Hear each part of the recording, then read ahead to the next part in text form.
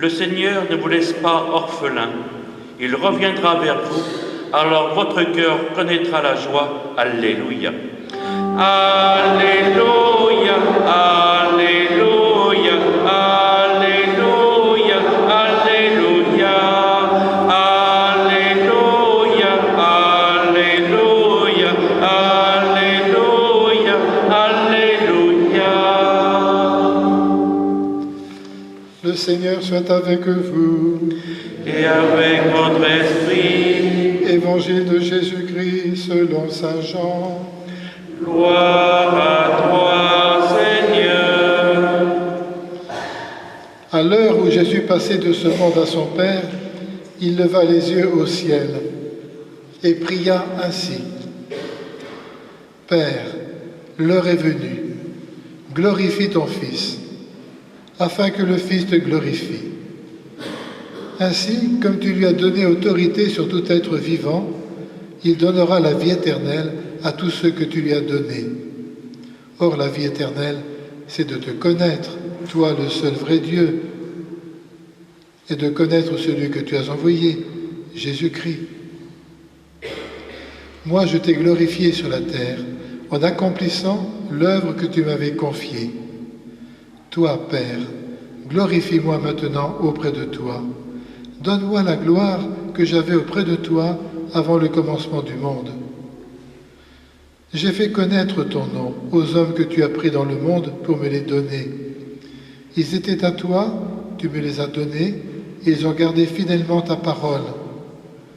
Maintenant ils ont reconnu que tout ce que tu m'as donné vient de toi, car je leur ai donné les paroles que tu m'avais données. Ils les ont reçues. Ils ont vraiment reconnu que je suis venu d'auprès de toi, et ils ont cru que c'était toi qui m'avais envoyé. Je prie pour eux. Ce n'est pas pour le monde que je prie, mais pour ceux que tu m'as donnés. Ils sont à toi, et tout ce qui est à moi est à toi. Comme tout ce qui est à moi est à toi, et je trouve ma gloire en eux. Désormais, je ne suis plus dans le monde. Eux, ils sont dans le monde, et moi, je viens vers toi. Alléluia, Alléluia, Alléluia, Alléluia, Alléluia, Alléluia, Alléluia, Alléluia.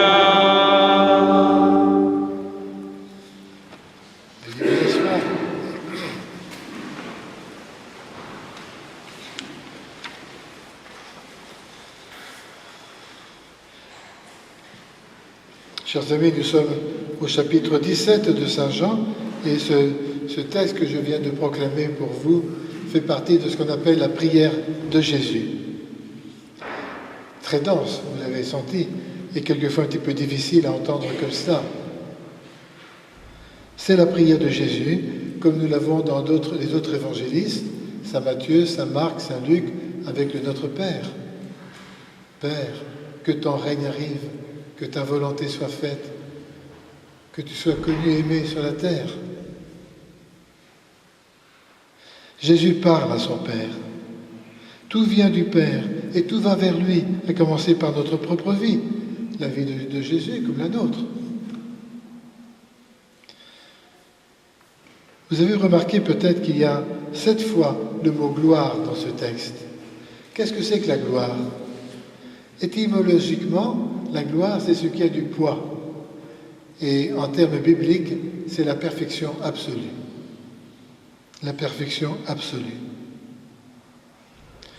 Alors, reprenons ce texte. Père, l'heure est venue. Jésus se rend compte qu'il est à la veille de sa mort, de sa passion, de sa mort, qu'il va être rejeté, et même qu'il va perdre ses disciples. Alors Jésus demande 2 choses à son Père. D'abord, vous l'avez entendu, glorifie ton Fils. Jésus a réalisé sa mission. Il demande à son Père de reconnaître le poids, la perfection de la mission accomplie. Et ce qui me frappe beaucoup, et je ne sais pas si vous faites attention à ça à chaque fois que nous célébrons l'Eucharistie, Jésus dit, il prit du pain, il le rompit et il rendit grâce. Jésus donne sa vie en rendant grâce. Il va vivre sa passion en rendre grâce. Au moment le plus douloureux de sa vie, il rendit grâce. Vous voyez, le don de soi, le don de sa vie se fait dans l'action de grâce.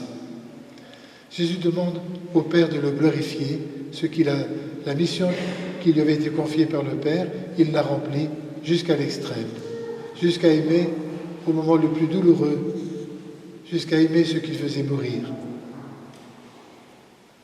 Et puis, Jésus demande une deuxième chose, il prie pour ses disciples. Jésus demande à son Père de les lui donner à nouveau, quand ils auront été purifiés par la passion et par la croix. Qu'ils deviennent comme une humanité de surcroît pour Jésus. Qu'ils soient eux-mêmes les bien-aimés, comme lui-même Jésus est le bien-aimé du Père. Qu'ils soient parfaitement associés aux œuvres du Père, comme Jésus l'a été. Les ambitions de Jésus pour ses disciples sont immenses. Qu'ils soient des saints, qu'ils partagent la gloire de Jésus. C'est ce qui est dit, que je trouve ma gloire en eux. Alors ça, c'est la prière de Jésus.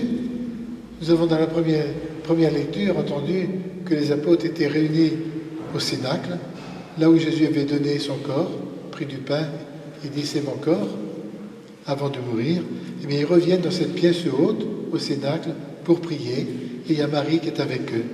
On ne nous dit pas quelle est la prière qu'ils ont eue, mais on peut penser que c'était une prière d'attente, de disponibilité, car cette amitié, cette foi qui était née en eux, en ce Jésus, Fils de Dieu, ça ne pouvait pas s'arrêter à la mort. Ils ne savaient pas ce qui arriverait, que ce n'est pas encore la résurrection, mais ils attendaient. Et j'aime beaucoup regarder les piétas que nous avons, on en a une ici, on en a une en fond d'église.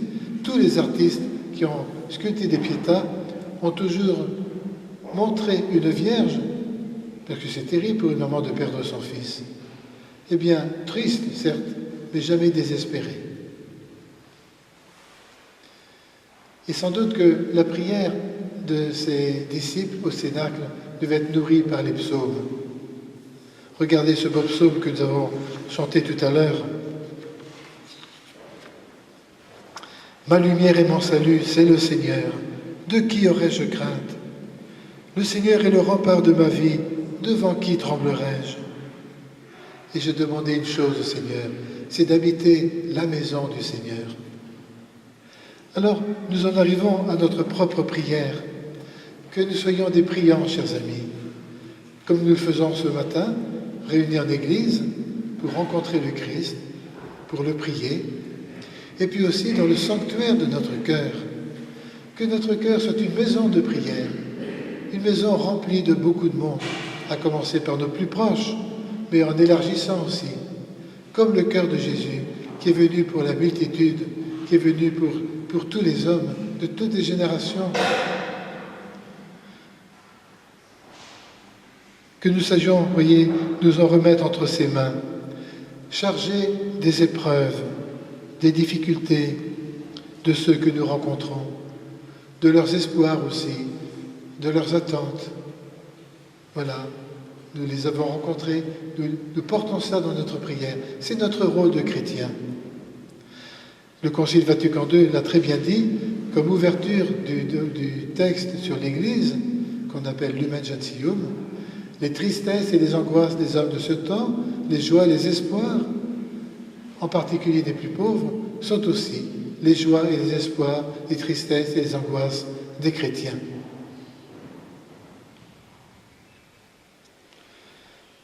Bien sûr, cette prise en charge dans la prière doit se vivre quotidiennement dans notre vie. On ne peut pas séparer la vie et la prière. Et nous avons toujours quelqu'un ou quelque chose difficile à supporter. Ça nous arrive à tous. Et alors, nous avons tendance à nous plaindre, en oubliant que justement, nous avons la mission de prendre en charge le mal de ceux qui nous font mal, comme Jésus, qui a su pardonner, pris sur lui ceux qui le faisaient mourir. C'est ça la gloire de Jésus, l'absolue perfection de Jésus jusqu'à l'extrême. Car enfin, tous les refus d'amour dans la vie, c'est ça le mal. Il y a un très bel exemple qui nous a été donné par Thérèse de l'Enfant Jésus, qui souffrait beaucoup de la maladie qu'elle avait. Elle est morte à 24 ans. Et elle a fait tourner ce mal qui la faisait souffrir en amour. Elle a offert ce mal comme l'amour, une manière d'aimer le Christ. Si nous nous y mettions aussi nous-mêmes, quand quelqu'un nous dérange, quand on n'est pas à l'aise, quand on souffre de quelqu'un ou de quelque chose, l'offrir à Dieu, l'offrir comme un geste d'amour. Parce que, en définitive, c'est la racine du mal, c'est l'absence de l'amour. C'est le refus, déguisé souvent, d'accueillir ce Dieu qui nous aime et qui ne cesse de nous appeler à partager sa gloire.